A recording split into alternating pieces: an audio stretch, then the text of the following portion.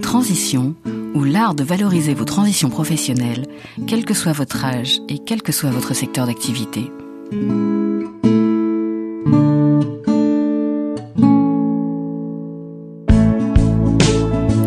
Amis auditeurs, bonjour.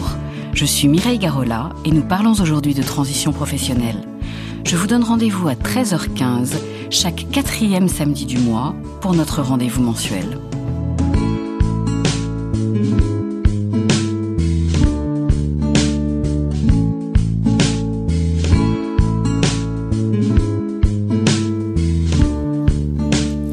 Le réseau, c'est important. 80 à 85% des postes sont pourvus via le réseau. Le réseau, tout le monde en a entendu parler. Et pourtant, je m'aperçois tous les jours que mes clients ne savent pas de prime abord comment l'utiliser. Beaucoup d'entre eux ne se sentent pas du tout à l'aise pour le mettre en œuvre. Ils ont l'impression d'utiliser leurs relations. Alors, pour vous aider à enlever vos freins, mon invité aujourd'hui est Éric Legendre. Éric, bonjour. Bonjour Mireille. Vous êtes un ancien dirigeant du secteur automobile. Vous avez travaillé pour 2 grands groupes en France et à l'international. Et depuis 2012, vous êtes entrepreneur. Vous êtes un réseauteur né, c'est comme ça que vous vous présentez. Vous avez accompagné depuis longtemps des chefs d'entreprise et des gens à mieux réseauter. Vous donnez des cours, vous donnez des conférences, vous donnez des interventions, vous faites du mentoring. Et vous êtes co-auteur d'un livre qui est le titre de cette émission, qui s'appelle « Jamais sans mon réseau », qui vient d'être publié. Donc Éric, à quoi sert le réseau ? Et qu'est-ce que le réseau ou les réseaux ? Alors, vaste question, comme on dit en politique. Alors, à quoi sert le réseau ? Il sert à immensément de choses. On va revenir fondamentalement sur le réseau et la vie professionnelle. Mais je vais prendre des exemples périphériques à la vie professionnelle. Le réseau, il sert aussi à accompagner les enfants dans leurs activités, et qu'elles soient scolaires ou périscolaires. Il sert aussi à, je dirais, animer sa vie associative, les activités sportives, les hobbies, les concerts, l'art, la culture. Le réseau, il sert aussi à, je dirais, alimenter toute une vie culturelle, toute une vie hédonique, c'est-à-dire que vous rencontrez, dans le cadre de vos activités, des amis, et puis qui partagent avec vous, je dirais, ces activités. Et bien entendu, après ça, le réseau, c'est toute une activité autour de l'activité professionnelle. Ça va de l'emploi au business pur, au financement, un certain nombre de choses. Voilà, si vous voulez, très globalement, à quoi sert un réseau et à quoi sert le réseau. Donc, combien, est-ce qu'on parle de un réseau ? Est-ce qu'on parle de plusieurs réseaux ? D'abord, d'où vient cette étymologie de réseau ? Alors, cette étymologie, je travaille en ce moment à un parallèle avec la nature, avec les forêts et les bois. Oh, et il y a beaucoup vaste sujet, la mode. Vaste sujet également. Il y a beaucoup de liens entre une forêt et le réseau. Alors, on dit, moi je dis, on a chacun notre réseau de réseaux. C'est-à-dire notre réseau au singulier de réseau au pluriel. D'accord. Et comme une forêt et comme un arbre, c'est une structure vivante. Moi, je change certains de mes réseaux tous les 3 mois, tous les 6 mois. C'est-à-dire qu'il faut savoir rentrer dans de nouveaux réseaux et savoir sortir avec beaucoup d'élégance d'autres réseaux. Alors ça, je pense que ça sera un grand sujet dont on va discuter tout à l'heure. Est-ce que vous pourriez peut-être nous faire une petite cartographie des réseaux existants ? On va dire que je suis quarantenaire, donc je me rajeunis un petit peu. Et je suis pas forcément en recherche d'emploi, je suis juste quarantenaire et je me dis, tiens, tout le monde parle du réseau, qu'est-ce que je fais ? Qu'est-ce que je commence par faire, à part acheter votre livre ? Alors, à part acheter le livre, déjà, vous prenez un bloc de papier, et puis vous tracez une grande croix dessus, 2 axes. Il y a un axe qui est réel, virtuel, oui, et un axe qui est privé, privé, et un axe qui est professionnel. Alors, attendez, je me remémore la croix. En haut, qu'est-ce que je marque ? Alors, en haut, vous marquez, par exemple, personnel. D'accord. Donc en bas, je marque professionnel. À gauche, virtuel. Ok. Et à droite, réel. Donc on va travailler sur les 4 cadrans. Et alors on va travailler sur ces 2 axes et je vais vous expliquer que, en fait, un bon réseautage, c'est d'abord toute une analyse et toute une réflexion sur qu'est-ce que je veux faire de mon réseautage. Est-ce que c'est pour trouver des financements? Est-ce que c'est pour trouver un job? Est-ce que c'est pour épauler mes enfants ou des étudiants?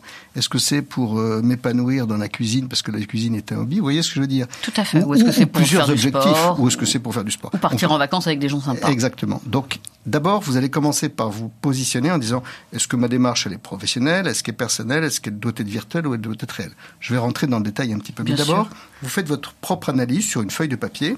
J'ai vu que dans votre livre, vous aviez un autodiagnostic de la qualité de son profil de réseauteur, si je me souviens bien. Exactement. On va en reparler tout à l'heure aussi. Alors, sur cette feuille de papier, eh bien, je prends des extrêmes dans les réseaux virtuels, puisque c'est quand même ce qui est comme très à la mode.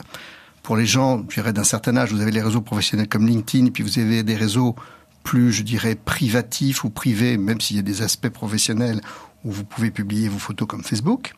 Il y a, quand vous êtes un petit peu plus jeune, mais on n'est pas tous les deux de la même génération que les jeunes qui s'y utilisent beaucoup, c'est Instagram.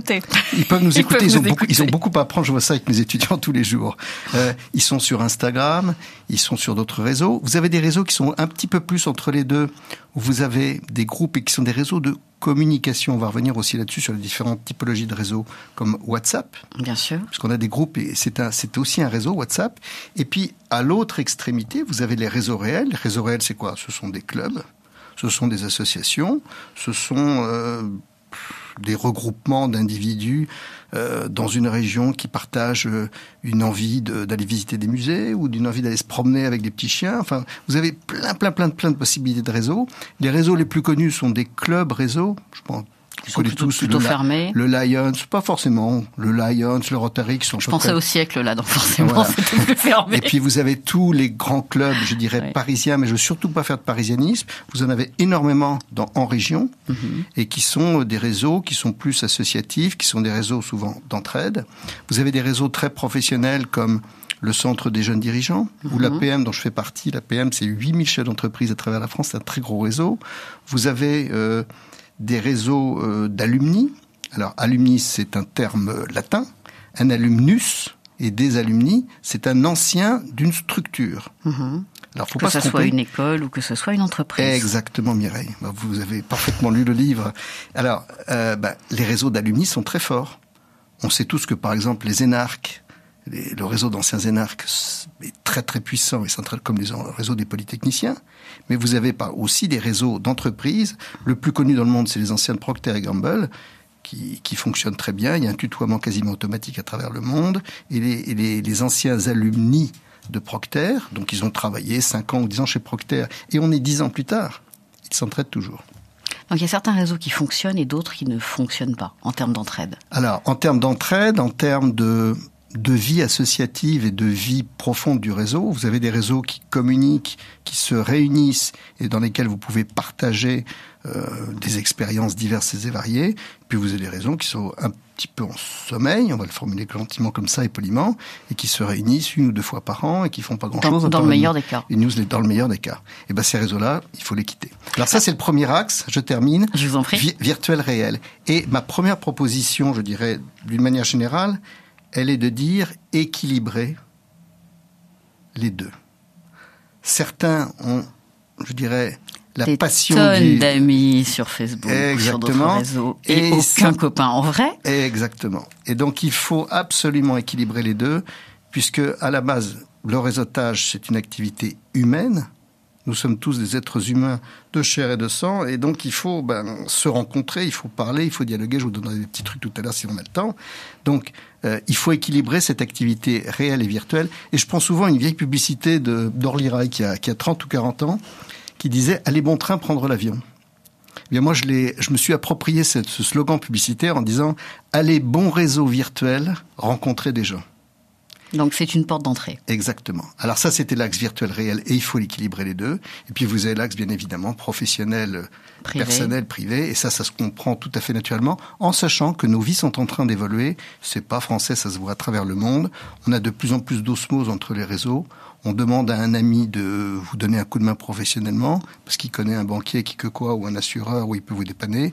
Et même chose, on revient à un vrai partage normal. Exactement. On n'aurait jamais dû quitter d'ailleurs. Exactement. On revient à la vraie vie et la vraie vie, c'est le petit village gaulois où vous aviez assis ensemble à la fin de chaque livre, tout le village, quelles que soient les professions, quels que soient les âges, quels que soient les sexes. Sauf Idéfix qui est dans son coin. Quand on parle d'utiliser le réseau, je suis toujours très mal à l'aise avec cette dénomination. Et la plupart des gens qui viennent me voir disent « je ne peux pas demander quelque chose à mon réseau ». Ça, c'est le premier truc qui vient. Alors, il faut oser. Bien sûr. Il faut oser et puis il faut leur retourner leurs questions. Je ne te demande pas de leur demander, je te demande de leur donner. Et moi, ma proposition, c'est il faut d'abord donner. Plus vous donnez à votre réseau, plus vous allez recevoir. C'est sûr que, et je comprends ces gens qui ont des réticences et dont vous parlez, s'ils vont voir leur réseau que quand ils ont le besoin, c'est comme le plombier. On appelle son plombier quand on a une fuite. Et à la fin, le réseau va dire, écoutez, moi, Philippe, il m'énerve, et chaque fois qu'il vient me voir, ou Mireille, ou Eric, chaque fois qu'il vient me voir, c'est pour me demander quelque chose. Si au contraire, vous donnez, oui, tiens, j'ai un bon tuyau, j'ai une bonne adresse, je te donne un bon contact. Ça peut servir à tes enfants ou à ton épouse ou à toi-même. Vous voyez ce que je veux dire? Si vous donnez en permanence, vous n'aurez aucune réticence à demander de temps en temps. Donc ça, c'est la posture qui est très importante, c'est le don. Et second point, pour revenir à l'autre aspect de la question, il faut savoir oser. C'est sûr que si on n'ose rien, il ne se passera jamais rien. Il faut avoir la fausse pudeur de prendre son téléphone ou un mail, ou de demander de prendre un café à quelqu'un et lui dire « Écoute, j'ai besoin de toi ». Dans le fonctionnement des réseaux, et vous allez très vite comprendre, on a chacun autour de nous un premier cercle qui est fait de 25 à 50 personnes à peu près. Les gens les plus je dirais... Autistes. Les plus autistes, ils en ont un peu moins. Quoique, c'est même pas évident. Ils sont très riches en vie intérieure. Et les gens qui ont des gros réseaux, c'est un peu plus que la centaine. Mais ça, c'est le premier cercle. Le second cercle, on parle en milliers. Et le troisième cercle, c'est des dizaines ou des centaines de milliers. Quand vous avez quelque chose à demander, que vous voulez un rendez-vous avec un directeur de cabinet dans un ministère, ou que vous voulez un permis de construire en 3 jours, ou que vous voulez trouver un chirurgien qui opère du genou gauche en toute sécurité, et vous sortez en marchant 2 jours après... Là, vous demandez des trucs avec élevé. C'est pas votre premier réseau qui va le trouver. C'est évident. Par contre, il faut le demander très simplement, avec beaucoup d'amitié et d'empathie à votre premier cercle réseau, qui lui-même va en parler à son second cercle, et qui, après ça va aller dans le troisième cercle. Et vous avez solution à tous vos problèmes et à toutes vos difficultés dans ce troisième cercle. Quelle est la chose le plus folle que vous ayez faite en utilisant votre réseau? Prendre des rendez-vous que je n'aurais jamais pris dans d'autres circonstances. Un exemple? Oh oui, je vous parlais d'un directeur de cabinet, ça m'est arrivé de monter très très haut dans un ministère, directement sous le ministre, rien que par réseau. En demandant à un de vos amis de demander à un de ses amis? Exactement. Quelle est la chose que vous avez le plus ratée quand vous avez essayé de commencer dans le réseau? Parce que j'imagine que c'est pas très simple et on fait tous des erreurs, des petites bourdes de départ. Alors, quelles sont les choses que vous avez faites au départ? Alors, au départ, j'ai commencé à réseauter. On dit que j'ai toujours réseauté, parce qu'en fait, j'ai toujours réseauté avec une école qui m'a donné un diplôme il y a maintenant quelques dizaines d'années. Il faut certainement, je dirais, se poser la question de la posture. Oui. La première des erreurs, elle vient de la posture. La posture, j'ai évoqué le don et le contre-don. La posture, elle est aussi de ne pas être trop pushy.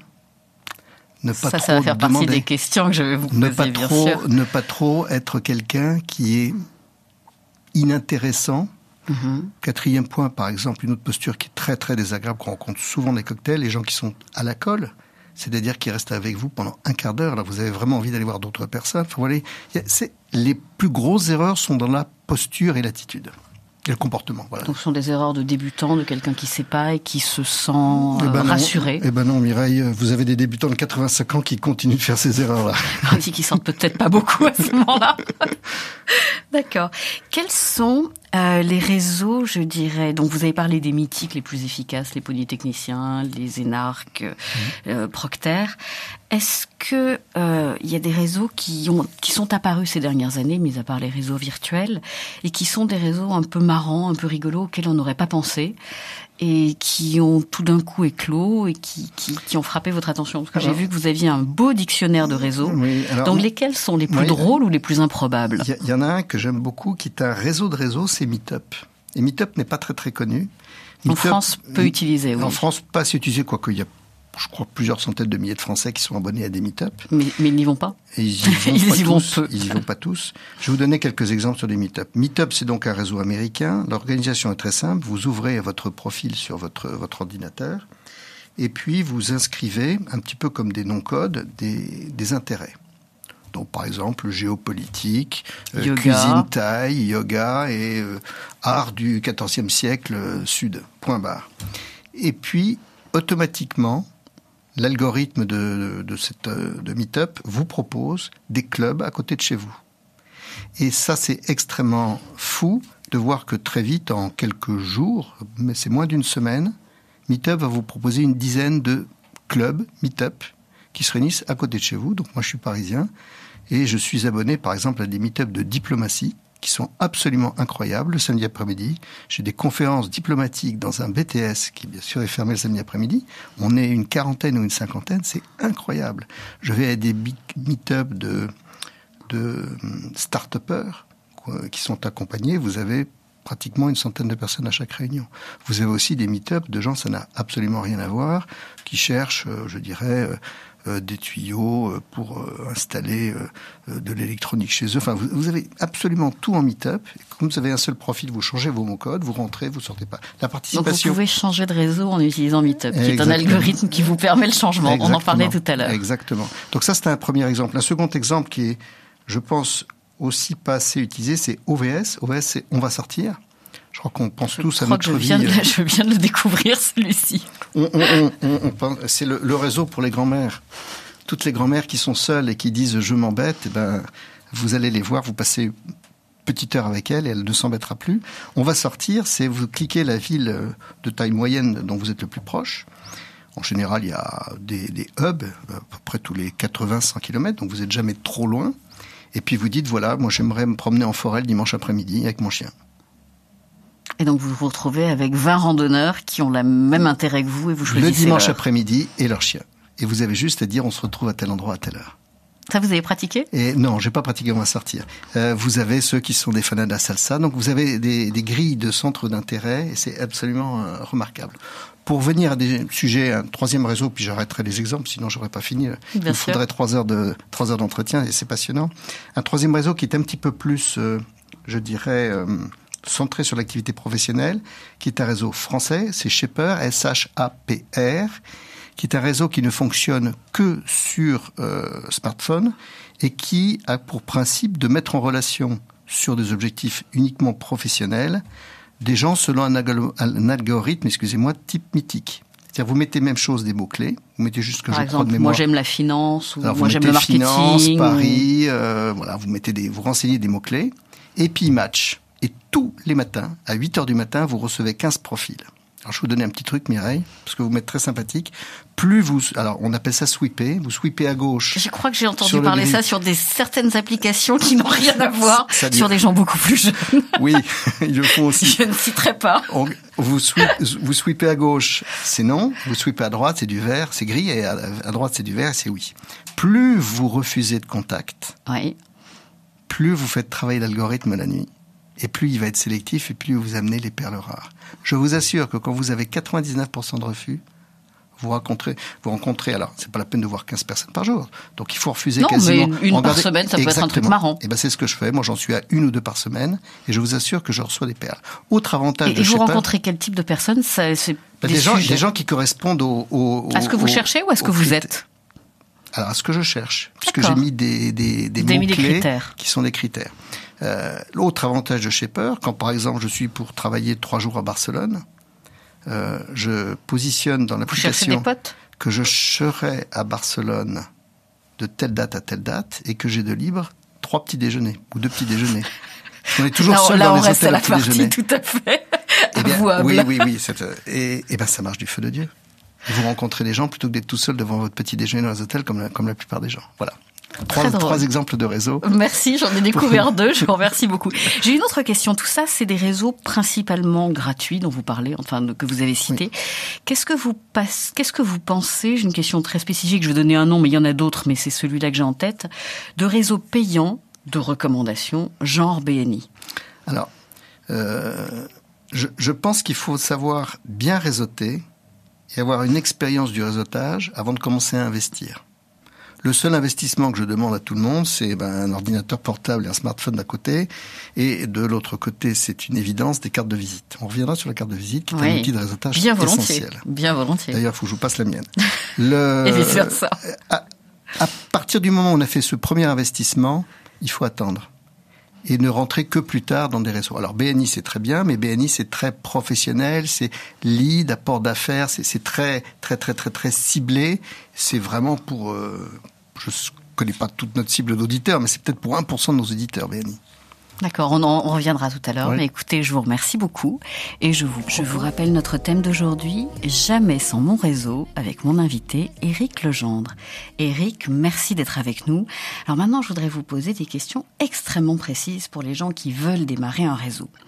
Ma première question, c'est les personnes qui me parlent de réseau sont en général des gens qui veulent faire, alors évidemment c'est parce que c'est dans le cadre de mon métier, mais quand ils sont dans un cadre de transition professionnelle ou quand ils veulent faire du commercial.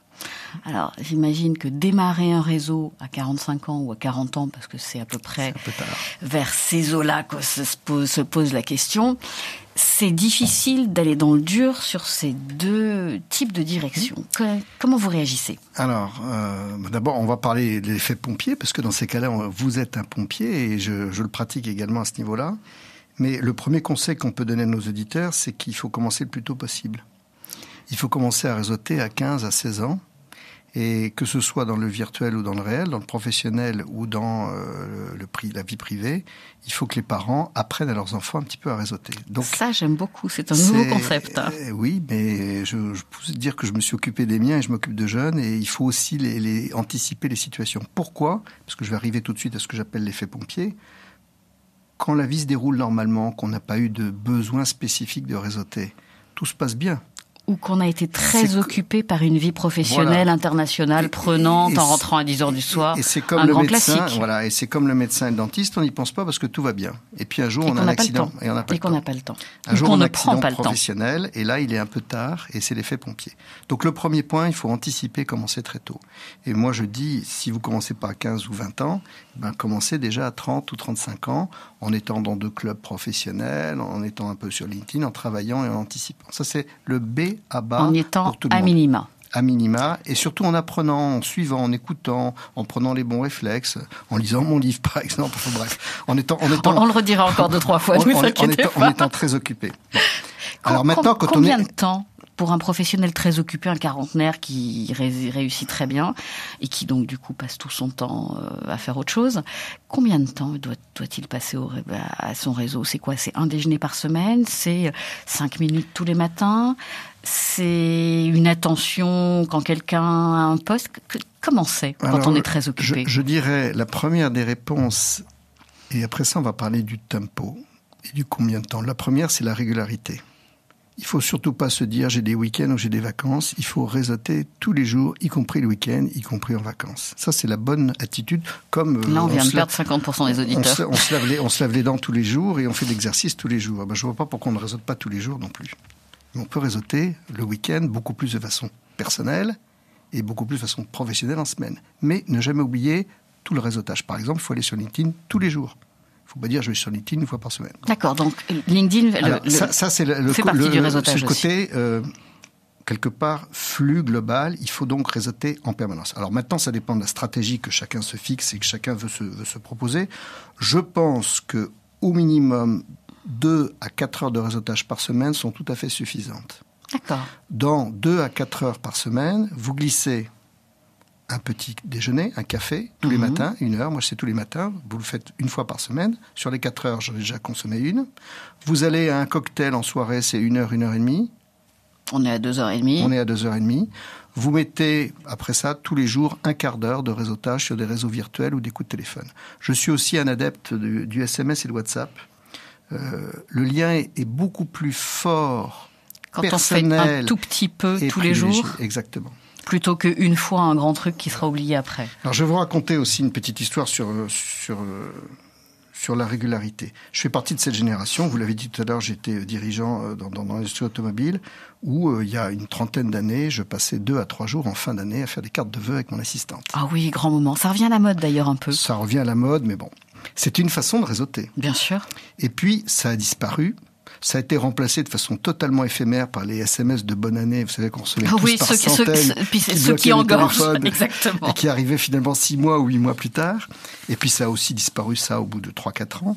Et moi, je suis quelqu'un, et ça fait souvent sourire, mais c'est très, très efficace. J'envoie mes vœux à la mi-juillet. Ah oui, non, c'est pas sourire, ça me fait éclater de rire. Et qu'est-ce que vous leur souhaitez? Bonnes vacances et joyeux Noël en même temps? Je n'envoie pas de carte de vœux, j'envoie un petit SMS. Oui. Personnalisé. Et j'en envoie une trentaine, une quarantaine de personnes. Peut-être que certains de nos auditeurs se reconnaîtront. Donc là, non, mais là, on va savoir qui nous écoute, parce que peut-être qu'on va en recevoir aux prochaines vacances. Exactement. Et l'intérêt, c'est que le SMS, ça arrive dans la poche. Mm-hmm. C'est qu'il arrive sur le smartphone. Le SMS, il est personnalisé. Et il arrive à un moment où personne ne l'attend mi-juillet. Et qu'est-ce que je dis tout simplement? Écoute, ça fait 6 mois qu'on ne s'est pas vu. J'espère que pour toi, l'année a bien débuté. En général, elle a normalement bien débuté. Ça me ferait plaisir de te revoir à la rentrée. D'ici là, je te souhaite d'excellentes vacances. Que de l'empathie, que du don. Et c'est tellement original et décalé que j'ai un taux de retour qui doit être énorme, incroyable, qui ferait jaunir tous les directeurs marketing et toutes les gens de la planète.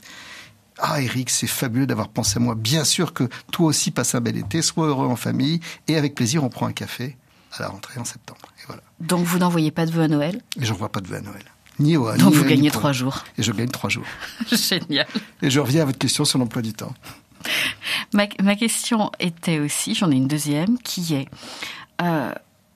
sur le cadre qui tout d'un coup se dit je veux faire du commercial ou j'ai une transition professionnelle, donc on arrive en mode pompier ou il arrive en trauma pompier. Il peut avoir certains objectifs assez précis de je veux rencontrer telle personne ou j'ai besoin d'eux. Il a quand même un peu travaillé son réseau et il sait, on va dire qu'il l'a correctement fait en mode pompier, et il sait qu'il a eu le nom de telle personne qu'il doit rencontrer, un ami d'amis, et il essaye de le joindre. Est-ce qu'il doit le joindre? Alors, il essaye par téléphone, ou il essaye d'abord par SMS, ou par mail, puis par SMS, puis par téléphone, enfin, ce que vous jugerez adéquat. Et puis, on est quand même dans un monde où on est super sollicité. Surtout les gens qui sont en poste. Et l'idée, c'est très difficile, certaines personnes, de les approcher. Qu'est-ce qui se passe quand qu'on doit prendre rendez-vous avec quelqu'un de super sollicité? Qu'est-ce qui va faire que tout d'un coup, il va prendre 15 minutes dans son agenda, 30 minutes dans son agenda, 10 minutes par téléphone, un café avec vous? Comment vous faites la différence? Alors, il y a la qualité de la recommandation, c'est-à-dire la qualité et la relation personnelle entre l'intermédiaire entre vous et cette personne. Donc, il vaut mieux perdre 2 semaines ou 1 mois à rechercher le très très bon contact qui a accès à telle personne plutôt que de prendre un mauvais chemin et d'aller très vite et puis de tout cramer et puis il se passera rien. Donc là, on part du principe il faut se donner le temps et faire travailler, comme vous en parliez tout à l'heure. Et on va directement au 3e cercle. Bien sûr. Et on actionne son 3e cercle et comment vous le connaissez. Et on se prépare. On pose plein de questions. 2e point, une fois que vous avez fait ça, que vous avez approché, vous vous intéressez à la personne, exactement ce qu'il a, vous demandez à votre contact, qu'il connaît très bien, qu'est-ce qu'ils préfèrent. Vous savez, il y a des gens qui ne prennent pas de déjeuner parce qu'ils font attention à leur santé ou qui travaillent avant le déjeuner. Ils ont envie de méditer à midi. Ils ont envie de méditer, ils font plein de choses. Vous avez des gens qui, par exemple, refusent des rendez-vous le soir. Enfin, il faut comprendre l'habitude. Il y en a qui veulent qu'on passe par leur assistante, donc ça passe très bien si on les appelle en direct par SMS. Donc, il faut se renseigner sur la personne. Et après ça, vous utilisez le canal. Alors, ça peut le plus adéquat, ça peut être passé par l'assistante, ça peut être, si on vous a donné son numéro de téléphone et qu'on vous dit, vas-y, il y est habitué, il attend ton appel, un petit ou SMS, il apprend les ou un petit appels. WhatsApp, ou un coup de téléphone à telle heure convenue. Donc, il faut que la personne qui joue l'intermédiaire fasse vraiment son rôle. Joue son rôle, joue le rôle de vrai intermédiaire qualifié qui prépare tout un contexte. Et là, en général, ça se déroule très bien et c'est quasiment du no limit, sauf à rencontrer Donald Trump ou le président Macron. Mais même ça peut être possible si vous choisissez les bons intermédiaires. Donc, il faut mieux prendre beaucoup de temps pour bien qualifier les contacts. Et ça marche. Donc, vous dites qualité plutôt que quantité. Exactement. Et quand vous êtes, sollicité, comment vous faites le tri dans les gens que vous allez recevoir versus ceux que vous n'allez pas recevoir ? Alors, moi, j'ai pour principe de recevoir beaucoup de monde et d'être très ouvert. D'abord parce que je pense que la vie a été assez généreuse avec moi et je peux le rendre à la vie. Donc, aider les gens qui peuvent être en difficulté. Alors, je dis pas ça pour avoir 153 demandes suite à cette émission, mais j'ai cette posture. Par exemple, tous les matins, je prends un café avec quelqu'un que je ne connais pas pendant 1 heure, de 8h30 à 9h30. D'accord. Et c'est 1 heure, 1 heure. C'est absolument énorme. On refait le monde en 1 heure. En 1 heure, chacun s'exprime 25 minutes. Et exprime à l'autre en quoi il peut l'aider et ce dont il a besoin. Et moi, donc vous avez ce principe d'échange. Exactement. Tout le temps. Donc il faut accepter de voir du monde, il faut accepter de répondre à des mails. C'est sûr que je ne peux pas dire que je suis un réseauteur, avoir écrit un livre de 350 pages, si j'envoie paître tous les gens qui m'écrivent sur LinkedIn ou qui me contactent. Par contre, et là j'applique des règles, je dirais, fondamentales du réseautage, quand la demande est trop pushy, excusez-moi de parler l'anglais. C'est au bout de combien de fois que ça devient pushy ? Ça peut être dès la première. J'en ai reçu une ce matin qui était trop pushy. Ça donnait quoi, par exemple ? Sans avoir le nom, bien sûr. Bonjour, cher monsieur, je vends telle prestation. Il paraît que vous connaissez du monde dans tel secteur. Il s'agit d'automobile. Est-ce que vous pourriez m'aider ? Blablabla. C'était trop pushy. Il faisait du commerce et il me prenait pour un agent commercial, quoi. Pour un intermédiaire commercial rémunéré. Et je lui ai répondu, non, c'est pas ce que je veux faire, c'est pas ma façon d'être. Et voilà. Mais je lui ai quand même répondu, et poliment. Parce que le don est aussi dans la réponse de Bien qualité sûr. et de politesse. Et par principe, je réponds toujours. Il m'est j'oublie peut-être 1 pour 1000. Vous savez, quand on a un peu trop de mails ou qu'on voit pas tous les WhatsApp parce qu'on ou qu'on est perdu parce que voilà, exactement. Donc j'ai une belle organisation personnelle, mais ça peut m'arriver de pas répondre. Mais par principe, je réponds toujours, y compris. Je veux pas vous suivre ou ça ne m'intéresse pas. Alors vous allez me dire, mais Eric, ça prend du temps tout ça. Oui, énorme. Là, on est plus que 4 heures par jour, par semaine. Alors moi, je réseaute honnêtement plus. Je suis à peu près 10-11 heures par semaine. Je suis un fainéant. C'est-à-dire que je prépare toutes mes réponses par anticipation sur un Word, dans mon ordinateur. Sur tous les gens que vous allez voir ? J'ai une dizaine de pages de textes préprogrammés en français, en anglais et en allemand. Ce qui me fait gagner un temps fou dans mes réponses plutôt que de taper. Quand vous faites du mail. Exactement. D'accord. Du mail ou du réseau social virtuel. Par exemple, sur LinkedIn, ça marche. Vous faites un copier-coller et j'ai toutes mes réponses qui sont classifiées. Refus poli, refus sec, acceptation et tout. C'est une question Effectivement, c'est très subtil. C'est une jolie question d'organisation. Voilà. Pourquoi est-ce qu'une personne que vous approchez va avoir envie de vous aider ? Alors, vous, en termes généraux, pas moi. Pas vous, Eric. Un de nos auditeurs se dit, il faut que je fasse du réseau, j'ai un nom, machin. Pourquoi une personne que je ne connais pas va avoir envie de m'aider ou pas ? Parce que vous pouvez l'intéresser un jour.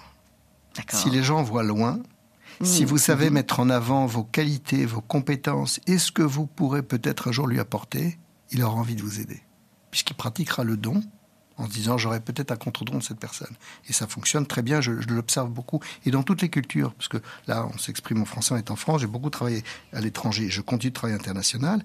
Dans toutes les cultures, ça on en parlait tout à l'heure avant l'émission, j'étais en Scandinavie récemment, ça fonctionne très bien. C'est-à-dire que vous donnez, et puis vous savez que la personne que vous avez rencontrée à Helsinki ou à Reykjavik, un jour, elle vous redonnera la richesse du don, du contact, de l'information que vous lui avez donnée. C'est un système d'échange. Vous savez, comme une bourse d'échange. Mais on arrive toujours à la limite où il y a certaines personnes qui sont super sollicitées et qui ne peuvent pas donner toujours accès à leur réseau à tout le monde. Oui, donc il ne faut pas. Merci, mais parce que ça c'est très compliqué et certaines personnes l'attendent. Et la deuxième chose, il y a un sujet qu'on n'a pas abordé, que j'aimerais qu'on aborde, qui est cette espèce de faux semblant quand on est en recherche d'emploi, qui consiste à dire, la réaction, le biais cognitif, ça consiste à dire, je vais aller voir mon patron, mon ancien patron, c'est pas le type qui a le plus de réseau au monde et c'est peut-être pas la personne qui a envie de vous aider d'ailleurs, ou il le fera peut-être avec un biais. Ou la deuxième chose qui consiste à dire, il y a telle personne qui a beaucoup de réseau, il va m'aider. Et mes clients reviennent souvent, ils sont très benoît, en disant, je comprends pas, il connaît la terre entière, je lui ai demandé de m'aider, il n'a rien fait. Alors, comment vous réagissez sur ces choses qui arrivent extrêmement fréquemment? Il y a des gens qui ont beaucoup de réseaux, qui ne le partagent pas. Il y a des gens qui ont très peu de réseaux, qui l'offrent. Comment on navigue là-dedans?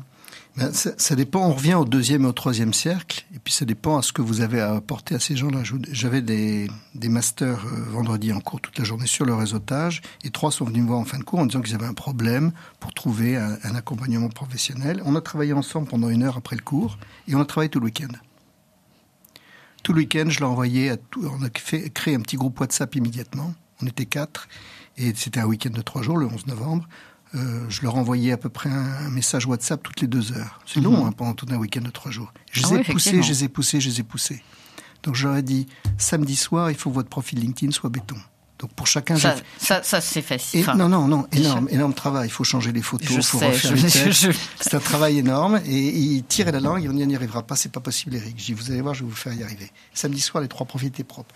Y compris avoir déjà demandé, et je reviens à votre question sur le patron, y compris avoir demandé une dizaine de recommandations, qui étaient 0, à des anciens contacts professionnels, à des anciens patrons. Et ça, oui. Et c'est pour ça que je dis qu'il faut mieux le faire à l'avance, plutôt que quand on a le feu. Et c'est ce qu'ils ont fait. Ils ont appelé des amis, ils ont appelé des relations professionnelles pour avoir aussi des validations de compétences. Donc ils ont construit ce que j'appelle la pyramide LinkedIn. La pyramide, tout à fait, voilà. qui est quand même un outil extraordinaire pour partir en guerre. Et donc ils ont travaillé là-dessus. Et puis le dimanche et le lundi, ils ont travaillé à contacter des gens, et je leur ai dit, faites une petite demande extrêmement simple, je recherche tel type de stage professionnel pendant 1 an en alternance, restez simple, dans tel secteur, je vous remercie de faire agir votre second et votre 3e cercle. Et puis c'est tout. Et ça a comme ça qu'ils fonctionné. ont fonctionné. C'est en cours. Et c'est comme ça qu'il faut faire. Il ne faut pas aller voir telle personne en disant, il a 150 contacts, s'il te plaît, tu me donnes 150 contacts, je dors sur ton paillasson. Non, ça ne marche pas comme ça. On peut vouloir... Non, mais c'est un biais cognitif. Souvent, on se dit, je vais aller voir les personnes qui ont le plus de réseau et ils vont m'ouvrir leurs portes. Et très souvent, on est extrêmement déçu. Très souvent, on est extrêmement déçu, mais souvent, on est déçu de ces attentes trop fortes ou inadaptées à une situation et à un contexte. Il faut aller voir la personne à bon escient. Il ne faut pas tout lui demander. Il faut dire, je cherche une personne dans tel secteur, à peu près à tel niveau de responsabilité. Est-ce que vous pensez en connaître une? Vous voyez, il ne faut pas donc, trop quand demander. on a un nom, tous les combien de rendez-vous, on est un bon réseauteur? La règle des 3 noms, c'est un peu passé de mode. Oui, la règle des 3 noms, c'est un peu passé de mode. C'était il y a 20-25 ans, ça. Oui, mais je dirais que quand vous avez un bon profil et que vous ne demandez pas la lune, ça peut marcher aussi. Il vaut mieux avoir à peu près... Moi, je suis plutôt à 5 en ce moment. Mais avec 5 noms, vous arrivez à décrocher des bons rendez-vous et des gens qui vous disent, moi je peux rien faire pour vous directement, mais je connais quelqu'un qui. Et la phrase la plus belle, c'est pas de dire, est-ce que vous pouvez m'aider à trouver un job, un stage ou un financement, parce que là on parle d'emploi, mais c'est aussi... Oui, on pourrait parler des chefs d'entreprise de start-up qui sûr. cherchent 500 000 euros ou 3 millions, donc, ou qui cherchent simplement une signature de tel ministère. Vous voyez, le réseautage, c'est bien autre chose, ou bien plus large. Eh ben, est-ce que, s'il vous plaît, vous connaîtriez quelqu'un qui peut m'aider sur telle situation et tel problème? Point barre. Oui, une petite question. Très ouverte. Très ouverte, mais en même temps précise. Plus vous affinez à la fin votre demande. C'est pas, est-ce que vous connaissez quelqu'un dans les ministères? Non. Est-ce que vous pensez qu'au ministère de l'Emploi, vous connaissez quelqu'un qui ceci, qui cela? Et puis c'est tout. Et puis ça laisse la possibilité à votre interlocutrice de dire non. Vrai ou pas vrai, mais il peut vous répondre non. Et s'il dit oui, il dit, je m'en charge. Envoyez-moi un mail, envoyez-moi un SMS, faites ceci, donnez-moi votre CV, reforwardez votre profil LinkedIn. Voilà. On parlait tout à l'heure des dernières pages de votre livre qui sont sur une auto-évaluation de votre efficience de réseautage, enfin pas la vôtre, celle de quelqu'un en général, sur l'évaluation du profil LinkedIn qui prend quand même 2 pages, donc je pense que pour vous c'est quelque chose de très important, donc on va y revenir. Majeur. Et puis sur la dernière page, je crois, qui s'appelle Plan et stratégie de réseautage. Je trouve que c'est une jolie façon de finir, donc je vous laisse conclure sur ces 3 pages si vous voulez bien. Alors, vous avez encore 2 minutes. Je vais commencer par la fin. Il faut d'abord faire son plan et sa stratégie. C'est-à-dire pourquoi je réseaute, qu'est-ce que je veux faire, quels sont mes objectifs, professionnels, personnels. Donc déjà, faire œuvre d'une réflexion, d'une introspection, d'une recherche, d'une quête intérieure. Pourquoi je veux réseauter, qu'est-ce que je veux en faire. Le deuxième point après ça, c'est son évaluation. Je réseaute déjà depuis 5 ans, depuis 10 ans, depuis 25 ans. Qu'est-ce que je fais bien, qu'est-ce que je fais pas bien? Donc, attitude et comportement, quantité, qualité, organisation, tous les fondamentaux qu'il faut reprendre. Ouais. Et une fois que vous avez fait tout ça, vous passez à des évaluations, je dirais, un peu plus ciblées, comme par exemple LinkedIn. Voilà. Très bien. Quel conseil vous donnez à nos auditeurs pour terminer, pour conclure ? De donner.